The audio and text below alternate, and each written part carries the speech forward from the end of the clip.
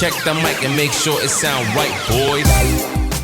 Good day, good morning, good afternoon, and good night to all our listeners. I'm Janelle, and welcome to the fourth episode of Drive Talks. In the third episode, we had our guests Kim and Nell on the podcast to talk about the taboo topics of premarital sex and cohabitation. Now, for this episode of Drive Talks, I will be doing something different. I will be answering the most random hypothetical questions taken from an article posted by Conversation Starters World. If you're interested in reading more and trying these questions out with your friends, I will leave the link in the description.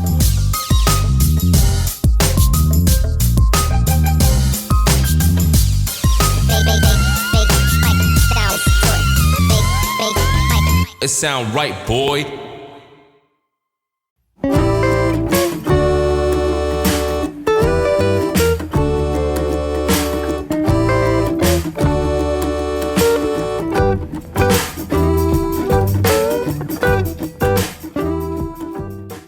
As I go about my day, I stumbled upon an app for podcasters called Poddex. Just to share with you, Poddex is an app for podcasters, YouTubers, and content creators to help them get their content to the next level. And as I tried this app out, I realized that you had to pay a hefty amount to get the full experience of this app. As a podcaster that is still starting, I could not afford to spend a lot of money for something I could probably get on the internet for free. So there I go, searching Google for my next content, and there I came across the article 170 Hypothetical Questions, and I thought to myself, this is gonna be fun to answer these questions and have it published as a podcast episode. Obviously, I won't be answering all the 170 questions as this will take a very long time to finish. Before I begin, please note that my answers to these hypothetical questions do not intend to insult or belittle anyone or anything. I'm just merely stating the answers that I can immediately think of after reading the questions. So let's start. Our first question is, if you were a food, what food would you be?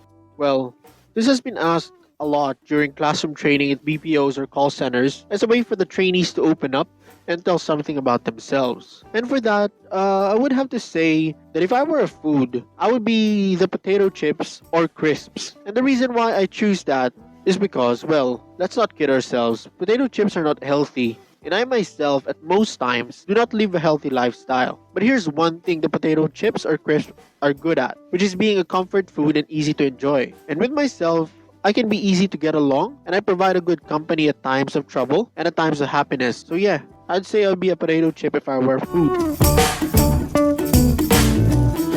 Second question is, what would be your strategy for a zombie apocalypse? Well, this is a good question. I have actually thought about this question so many times when I'm driving by myself. And my strategy would be, if I were at home and the zombie apocalypse broke out, I would quickly arrange a go bag with the basics for survival and quickly get into my car.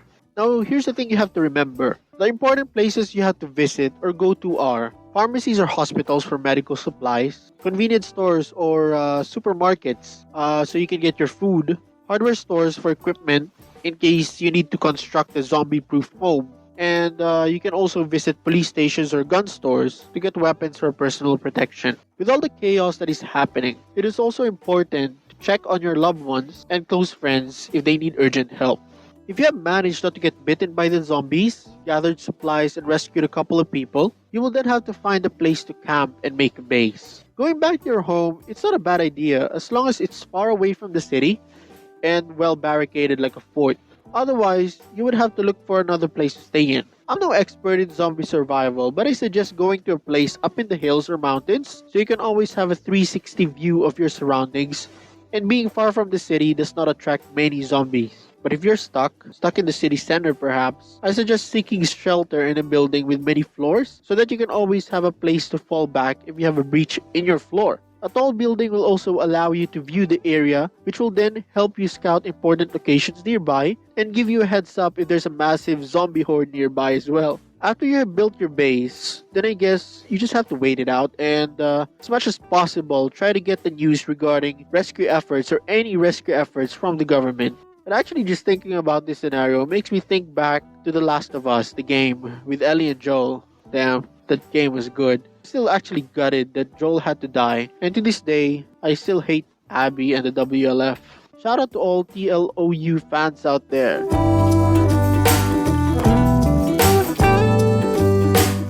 Moving on to our next question. If every time you snapped your fingers, you would instantly be transported to a random point in humanity's timeline, would you snap your fingers? If so, how often? Wow, this question is very interesting. First of all, would I snap my fingers? Heck yeah. If so, how often? I would do it many times in a week. There's actually many events in human history that I really want to see firsthand. I would go back to the time that the pyramids of Giza were built to see how they built that religious structure and to finally end the debate of whether humans really built the pyramids or was it the aliens. Ooh, conspiracy theories. Love it. But yeah, going back, I also want to go back to the time when World War II was almost at its end. I really want to find out what happened to Adolf Hitler. I want to know if he really offed his family and then himself, or if he fled to Argentina or someplace else. The little conspiracy theorist inside of me is dying to get the facts on what really happened to the German Führer. I would also want to go back to the time of the Tulsa Race Massacre, or known alternatively as the Tulsa Race Riot. If you haven't heard about this event yet, then please do look it up on Google or YouTube, as this was a very sad day for the African Americans living in what was then known as the Black Wall Street. I know that this was a very sad event, but I just want to see how things unfolded during that Memorial Day in 1921 and how the government, along with the white supremacists, covered up the massacre at Tulsa. Lastly, I would want to go back to the heydays of the king of cocaine, none other than Don Pablo. Not that I advertise using cocaine or other illegal drugs, but I just admire his life and how he plummeted from the top of the drug trafficking business to hiding out in a barrio with only one bodyguard by his side. I gotta admit, without Narcos and the countless other documentaries about Pablo Escobar, I would not have known and admired some of his work ethics. Actually, there are many more events in human history that I would love to visit, but I feel that the ones I provided are the events that I would really give priority to. Fourth question is, if you could put wings on a species of animal, what animal would you choose? I actually have two animals in mind that I would put wings to if given the chance. First would be the horse. To those who follow Greek mythology, you already know what I'm talking about, and you can already picture the image of a horse with wings. That creature is called the Pegasus. You can search it on the internet to see how it looks like, and I tell you, it looks very majestic. Imagine, instead of trotting through the plains, you'll be taking flight on a majestic creature and landing gracefully at your destination as the horse neighs to your arrival. So awesome just thinking about it. The other animal that I would love to put wings to is the dog. This is not for aesthetic purposes like the horse, but this is to really help trained dogs do their job effectively. Like for example, the search and rescue dogs. With its powerful sense of smell, this will hopefully help the SAR dogs find people that are needed rescue out in the wilderness. I'm definitely enjoying answering these hypothetical questions, which I'm sharing with you all. I hope that you're enjoying this podcast as well. We'll just go on a short break, and when we come back, we will continue answering these hypothetical questions. So don't go anywhere, there's still more to talk about here on Drive Talks.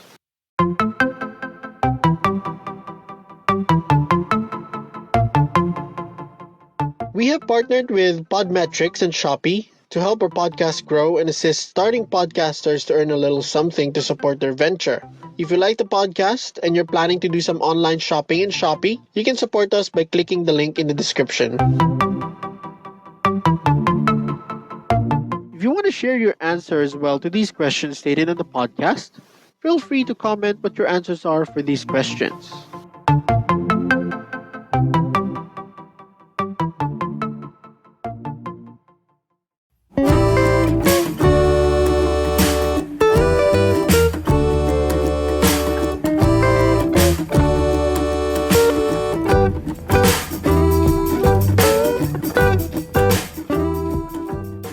Thank you very much for sticking around. I'm back with more questions to answer here on Drive Talks. We definitely covered quite a few questions earlier, from being a food, zombie apocalypse survival, time travel, and putting wings to an animal. The most random hypothetical questions from the article. And I'm definitely ready to answer more of these questions at the top of my head.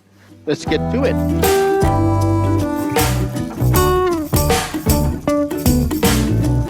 Our next question is, if when you died, you could cease to exist or wander the earth forever, never being able to interact with anything, which would you choose? That's a very deep question if you were to ask me. I'm actually planning on talking about death as part of my future episodes, which is still in the drafts. But going back, if possible, I would really love to choose both. Simply because, you gotta admit, wandering the earth and being able to still see your loved ones and friends and going to places you've always wanted to go to is interesting. But since you're not able to interact with anything or anyone, it would get boring someday and you'd wish to be at peace ceasing to exist. But if I were to choose only one, I guess my decision would lean more into wandering the earth forever. Even if I cannot interact with anyone or anything, I will use that time to go to places I've always wanted to go and see the sights and the beauty of this planet. Yes, it's a bummer that I will not be able to scare a few humans or hug my friends and family during their downtimes, but I will still be able to see them from time to time and tell them stories of the places I had gone to, even though I know they won't hear me or respond it anyway. It's deep, doesn't it? But really, all in all, I want to be able to see the world develop and change and see what lies ahead for humanity in the future. I want to see if Elon Musk will be able to transport ordinary humans to space and colonize other planets.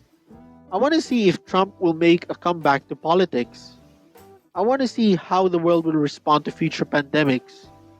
And most importantly, I want to see if there will really be a last day on Earth or doomsday. On to our next question. If you can only eat the same breakfast, the same lunch, different than breakfast, and the same dinner, different than lunch every day, what three meals would you choose? Thinking about the answer to this question makes me hungry for real. If I were to eat the same breakfast meal every day, I would want that meal to be a proper tapsilog. You know, beef tapa with garlic fried rice and soft-boiled egg, along with a spicy vinegar on the side to dip the beef tapa in. For the drinks, I'd actually have a Minute Maid orange juice. For lunch, I'd want my favorite Jollibee meal of all time, the ultimate burger steak. You know, the giant burger patty used as well in the champ, and underneath the giant burger patty is a bed of soft fries, and with the patty and fries covered in their unique gravy. I would eat that with or without rice every day for lunch. And for dinner, I want a Wagyu sirloin steak with baked potatoes and buttered veggies. That would be a proper daily breakfast, lunch, and dinner meal for me. Alright, the seventh question is, what would be the first few things you would try if you found out you were completely impervious to physical harm? Well, the first thing I'd do is look for a fight with anyone who looks strong.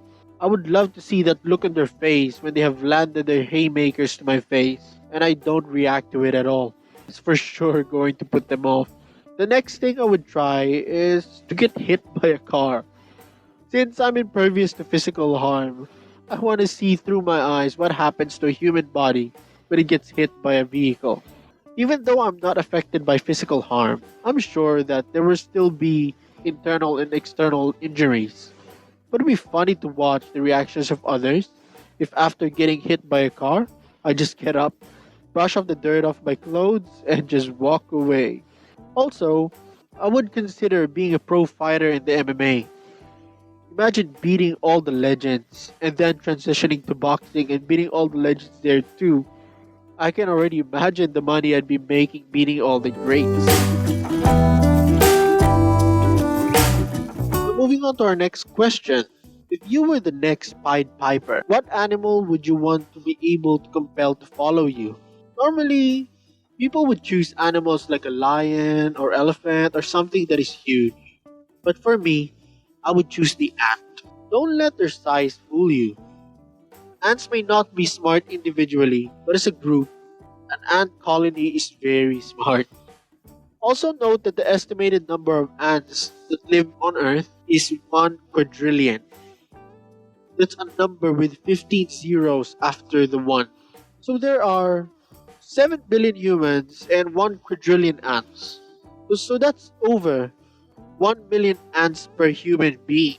If I had the skill to control the ants and have them follow me around, I can definitely train millions of army ants to take over those people who caused harm to me. Considering that a queen ant can produce up to around 800 eggs daily, I don't think there are enough Mortine or Bygone to kill all the million billion ants in the world.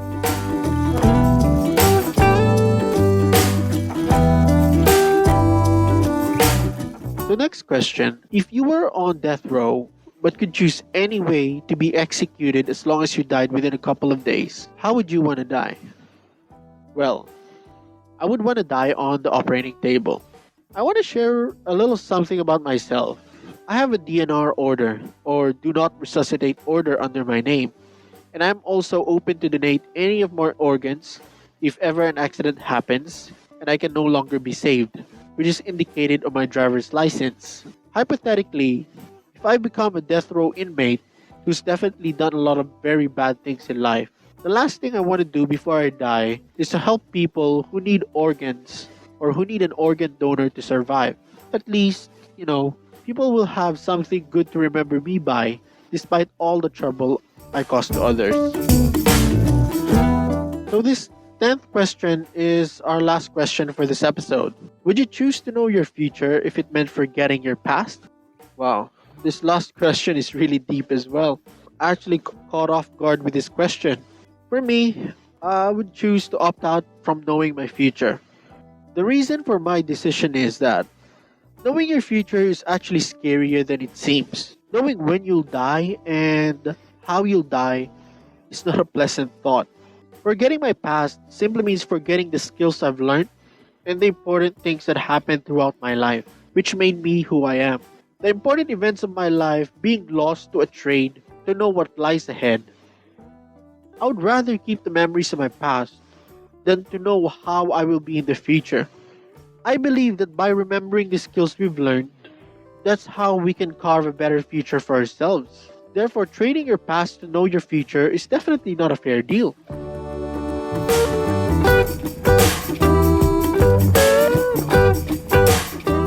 Alright, let's end the 10 questions for now and save the rest for the later episodes. But all in all, wow.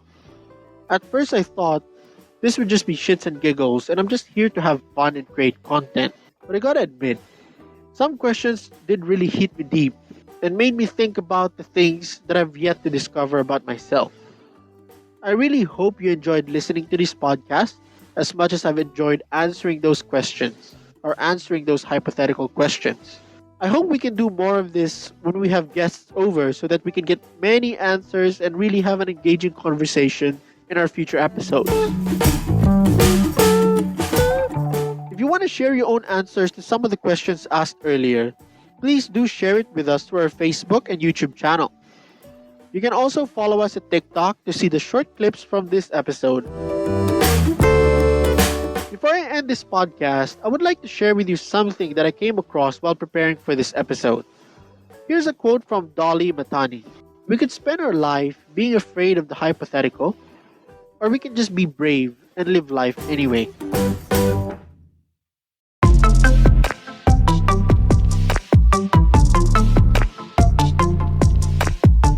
Thank you so much for listening. I'm looking forward to spending episode 5 with you all. If you like this podcast, please follow us on Facebook and subscribe to our channel on YouTube. We are also available in other audio streaming platforms. Check out the links below.